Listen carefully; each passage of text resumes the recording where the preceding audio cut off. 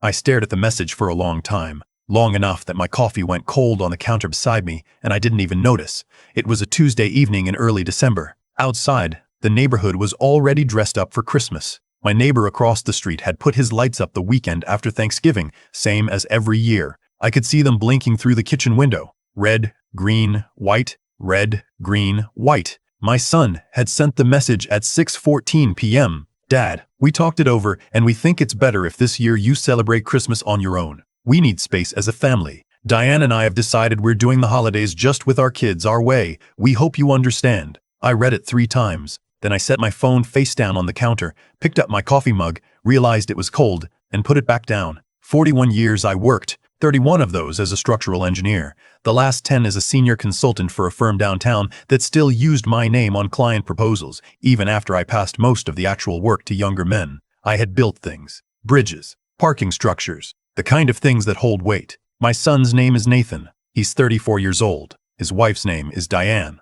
They have 2 children, a boy named Elliot, who is 7, and a girl named Sophie, who just turned 5 in October. I know Sophie's birthday because I was the one who ordered her birthday cake. I know it because I paid for the party venue. I know these things because for the past 4 years, I have been paying for a significant portion of Nathan and Diane's life. Let me be specific. I think specifics matter. I found that when you're vague about money in a family, people fill in the gaps with whatever number makes them comfortable. So, I was covering their mortgage, $2,900 a month on a house that is technically in my name, because Nathan's credit wasn't strong enough to qualify when they wanted to buy in 2021. I was covering both of their car payments, $680 and $520 respectively. I had Nathan on my insurance plan still, a holdover from when he'd lost his job during the pandemic that somehow never got corrected. I was paying Elliot's private school tuition at $1,400 a month because Diane had strong feelings about the public school in their district. I had given Diane a supplementary credit card for household emergencies, which averaged about $800 to $1,200 a month in charges. Added up, I did. That Tuesday evening,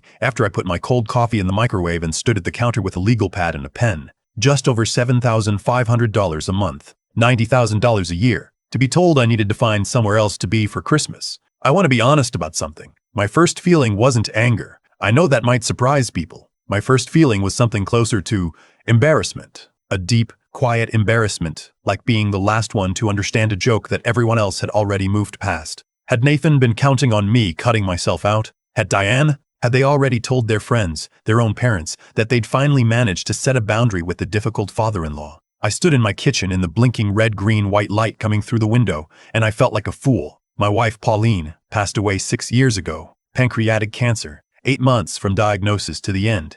We had 40 years together, and I will not pretend those 40 years were all smooth. We argued about money. We argued about Nathan, especially in his 20s when he was drifting. But she loved that boy with a completeness I always admired, even when I thought she was too easy on him. After she was gone, I think I tried to love him the way she had. I opened my wallet and kept it open. I told myself it was for the grandchildren. I told myself Pauline would have wanted this. Standing in that kitchen, I understood that I had been using generosity as a way to stay connected to a son I didn't actually know how to talk to, and he had let me. I picked up the phone, not to call Nathan. I went into my banking app. The mortgage autopay was scheduled for the 15th of every month, 9 days away. I looked at it on the screen for a moment. The name of the bank, the account number, the familiar green checkmark indicating it was active. I pressed the button to cancel the recurring payment. A small dialog box appeared. Are you sure you want to cancel this scheduled transfer? I pressed confirm. Then the car payments. Nathan's first, then Diane's. Both canceled. I moved to the insurance portal and began the process of removing Nathan from my plan. It would take a few days to process, but I started it. I looked at the supplementary card. Diane had used it 3 days earlier, $340 at a home goods store, $67 at a restaurant. I called the number on the back of my card and reported it lost. They would send a new card to my address. The old one would stop working within the hour. I did not cancel Elliot's school tuition. I thought about it. I sat with it for a long time, actually, longer than any of the other decisions. Elliot hadn't sent me that message. Elliot was 7 years old and had no vote in any of this. I left that payment alone. I poured my reheated coffee down the drain, made a fresh cup, and sat down at the kitchen table. I want to tell you that I felt righteous. That I felt powerful. People in these situations are supposed to feel that, the clean snap of a decision made, the satisfaction of a door swung shut. I didn't, not entirely. What I felt was tired and sad. And beneath those things, somewhere still, the same embarrassment from before. Because I had let this go on for 4 years. I had written checks and transferred funds and smiled at holiday tables where I paid for the centerpiece, the turkey, the children's winter coats. I had let myself become an ATM with a grandfather's face, and I had done it willingly because the alternative, the direct conversation about what I needed, about what was owed in terms of simple human decency, felt too hard. Pauline would have had that conversation years ago. She would have said her piece at the kitchen table, calm and clear, without a single raised voice. I had always been the one to avoid it. Well, here we were. I didn't respond to Nathan's message that night. I went to bed early, slept better than I expected to, and in the morning I called my attorney, a man named Gene who'd handled my estate documents for 15 years. I told him I wanted to review my will and also discuss the house. He didn't ask many questions. Gene is a practical man. The house question was actually more straightforward than I'd thought, since Nathan's name was not on the mortgage or deed, something I'd done out of caution, not foresight, but caution that turned out to be foresight. I had options. I told Gene I wanted to send a formal notice that I was planning to sell the property and that they would need to find alternative housing. He drafted a letter. I signed it. It went out by certified mail on Thursday. Nathan called me Friday morning at 7:52. I know the exact time because I was eating toast and watching the birds at the feeder in my backyard, and I looked at my phone when it rang and I thought, here we go. I let it ring. I wasn't ready to have that conversation standing at the kitchen counter with half a piece of toast in my hand. Some things deserve more than that. He called again at 8:15. Then Diane called at 8:47. Then Nathan again, 3 times in a row, at 9003 and 9003 and 9003. Then a text. Dad, we got a letter from a lawyer. What is going on? Please call me. I finished my breakfast. I washed my plate. I put on my coat and took a walk around the neighborhood. Something I do most mornings anyway. Doctor's orders, 45 minutes minimum. The Christmas lights were still on in most yards. Some of the inflatable decorations had gone flat overnight from the cold, and there was a deflated Santa lying across someone's lawn like he'd had a very hard night. I understand that sounds a little comical. At the time, I barely registered it. When I got home, I had 14 missed calls. 7 from Nathan, 4 from Diane, and 3 from Diane's mother, Ellen, whom I have spoken to perhaps a dozen times in 4 years, and who apparently felt this was the moment to close that distance. I also had a voicemail from Nathan's friend, a man named Pete, who I'd met twice at barbecues, and who now felt sufficiently invested in my finances to call and tell me I was making a mistake. I sat down in my armchair, and I thought about what Pauline used to say. She had a phrase she used when people overstepped. Not an insult, just a quiet, firm observation. She would say, "You've wandered into a room that isn't yours." She said it pleasantly. It landed like a door closing. I called Nathan back that afternoon. I waited until 2 p.m., when I knew Diane would be out picking up the kids from school, because I wanted to talk to my son alone. He answered before the second ring. "Dad, what is happening? Why did we get a letter from Gene?" "Because I asked him to send it," I said.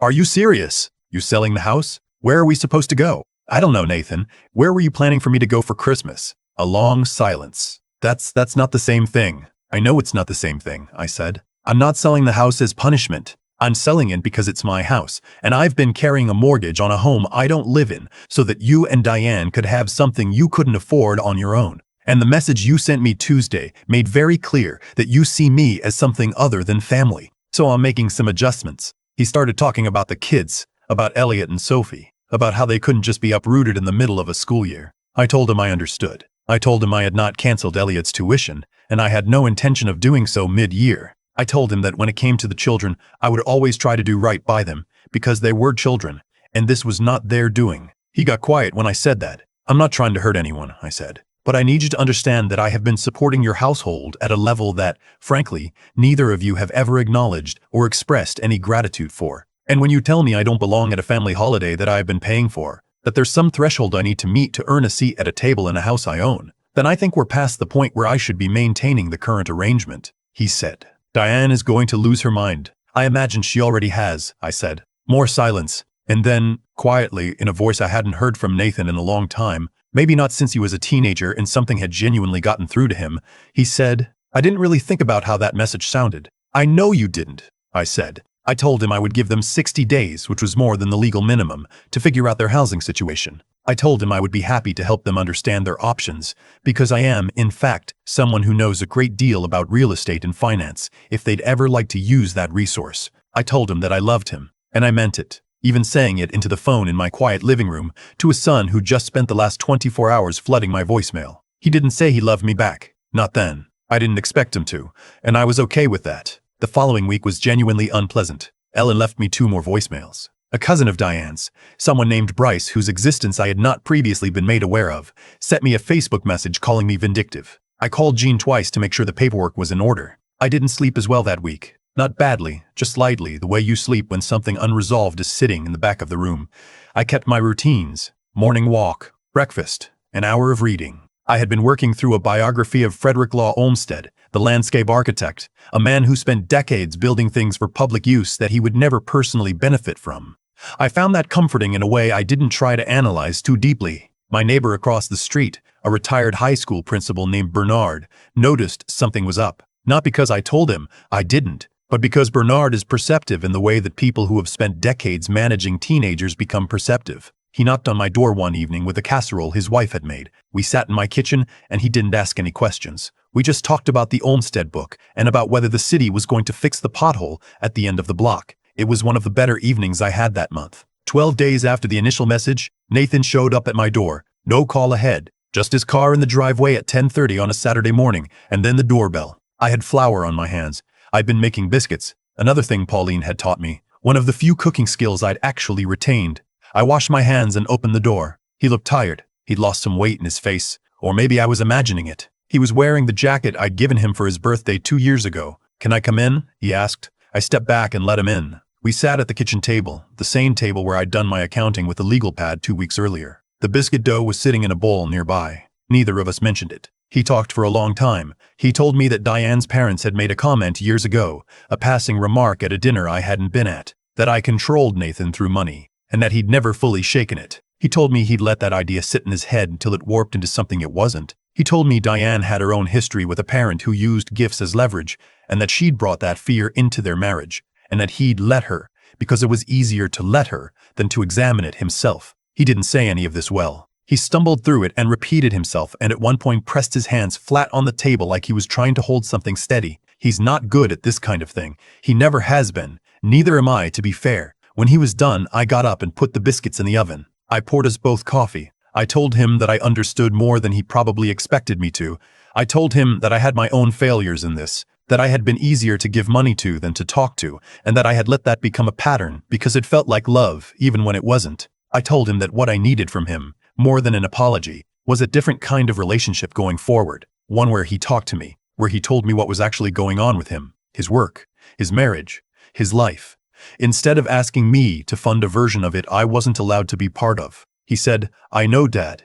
I said, "I need you to know it for longer than this morning." He almost smiled. "Yeah." The biscuits burned slightly at the edges. We ate them anyway. I did not cancel the sale of the house. I want to be clear about that, because this is not a story where everything returns to how it was before. The house went on the market in January, and Nathan and Diane found a rental in February, smaller, in a different district, a process that required hard conversations between them about income and priorities that, from what Nathan told me later, they had never actually had. I helped them move. I rented a truck and drove it myself, which Nathan protested and I ignored. Elliot changed schools. I won't pretend that was easy. He had a hard couple of months, but Elliot is a resilient kid, and by spring he had a best friend in the new place and had joined the soccer team. Sophie, being 5, mostly just wanted to know if the new house had a yard. It does. The supplementary card did not come back. That chapter is closed. Nathan and Diane are managing their finances independently now, for the first time in their marriage. And while I know it's tighter than it was, I also think they're both slightly taller for it.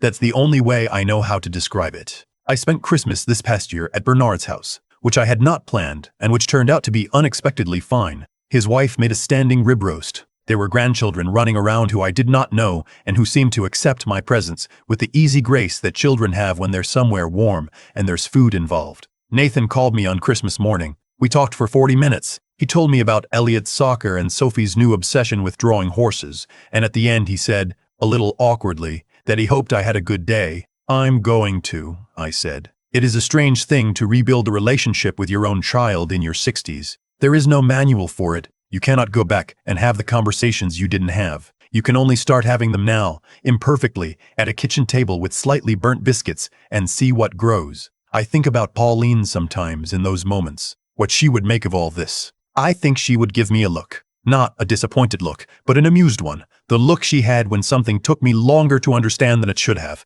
"There you go," she'd say. "You finally figured it out." I hope she's right. I'm working on it. I've had a lot of time to sit with all of this. That's one of the things about getting older that nobody really prepares you for. You end up with a lot of quiet time. And in that quiet, you start to see things clearly that you spent decades looking at sideways. What I understand now, that I didn't fully understand when I was standing in that kitchen with my cold coffee, is that what happened with Nathan wasn't just about a text message or a holiday dinner. It was the result of years of choices. His, mine, both of ours. Cause and effect doesn't always move in a straight line. Sometimes it coils around slowly, and by the time you feel it, it's been tightening for years. I gave Nathan money because it was easier than giving him my full attention. I told myself it was love, and it was, partly, but it was also avoidance. I wrote checks instead of having hard conversations, and in doing that, I taught him, without a single word, that my presence in his life was financial, that I could be managed, that I was, in some fundamental way, a resource to be used rather than a father to be respected.